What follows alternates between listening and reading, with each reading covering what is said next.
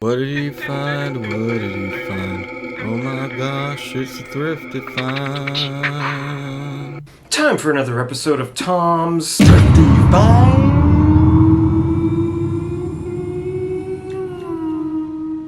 Today, we're talking Magic 8 Ball. I got this at a thrift store. It's only $2. $2. So if you see these in a thrift store or an antique place and they're selling for more than $2, it's not worth it, okay? You understand? So, let's see what we got. Will this be a good video? Don't count. What does that say? Cannot predict now. Oh, that's convenient. So anyway, I say that because I saw this exact model at an antique store for $12. That's insane. It's way too much. So hopefully the audio is picking up through this mask because it just sounds like an echoing nightmare inside of it. It's pretty interesting how many different variants there are. First, we got Frozen, we got Halloween edition, we got Super Mario, we got super expensive edition, we got Cue Ball, which apparently was marketed by, oh gosh, now I can't even remember. What the heck was the name of that place? That like it had all those Sharper image. horrible, cheapo electronics that you thought were cool at the time but were useless. Anyway, such great lines like, forget about it, and shake it, don't break it.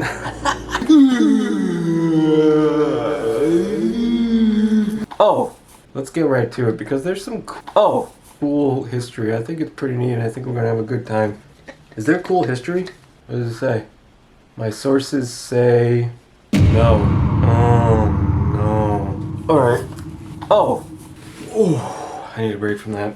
Cool mask though, huh? That's from Mezco. That's my favorite action figure company. Very cool. So it all started with the son of a Cincinnati clairvoyant named Albert C. Carter. His mother, Mary Carter became a rather popular medium, and Albert was pretty into her stuff. She was like, this is cool stuff, Mom. I love it. I think you're doing great things.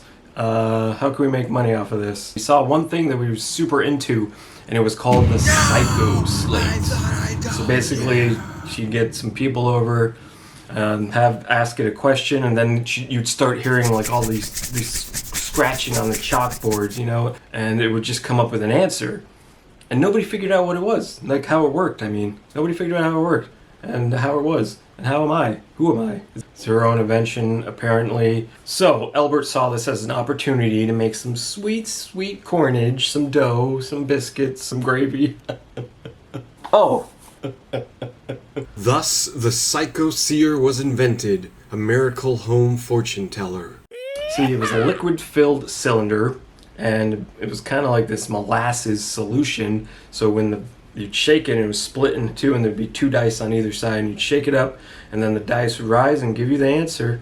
Pretty neat. Very mystical. Wow. Albert took that idea to a local merchant named Max Levinson, who loved the idea, and contacted his brother-in-law, Abe Bookman, to figure out an idea to mass-produce the product.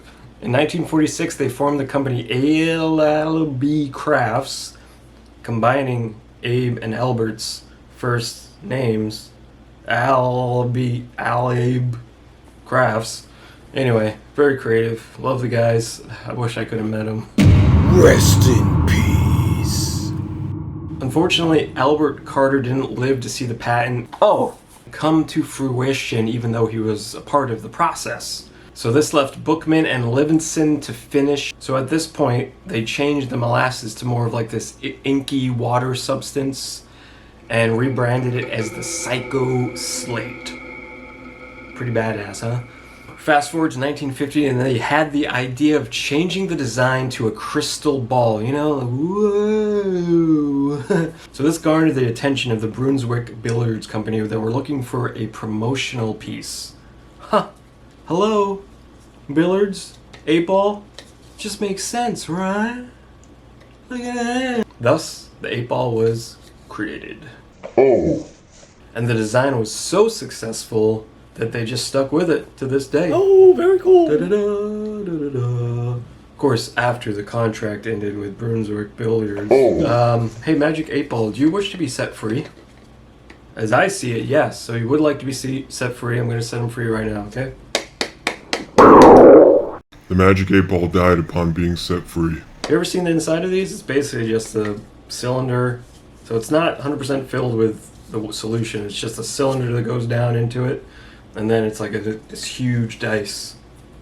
Fun fact time. There are exactly 20 answers inside of the Magic 8 Ball. 10 of which are affirmatives. 5 of which are negatives. 5 of which are uncertainties. Fun fact completed. Also, if you watch this in time, you can get a costume that is Magic 8 Ball involved. Oh! Jerry, it's bonus time. This here is Hunchback Leonardo, one of the Universal Monster versions of the Ninja Turtles that NECA has been putting out. He's really cool. He's got a really awesome, a lot of detail.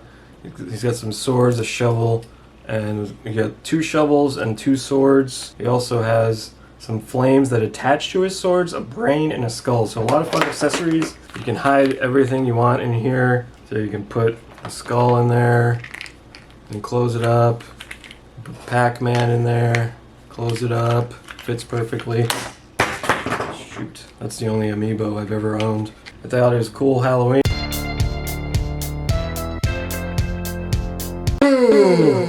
Well, there you have it. Thanks for watching. That concludes another Tom's Thrifty history lesson. And until next time, like and subscribe. Just have a good, safe Halloween.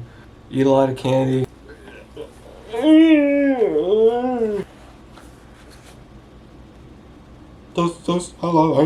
Thrifty, Tom's Thrifty finds. What'll he find next? I don't know. Guess you'll just have to watch the next show. Tom's Thrifty finds. Doo-doo. Yeah.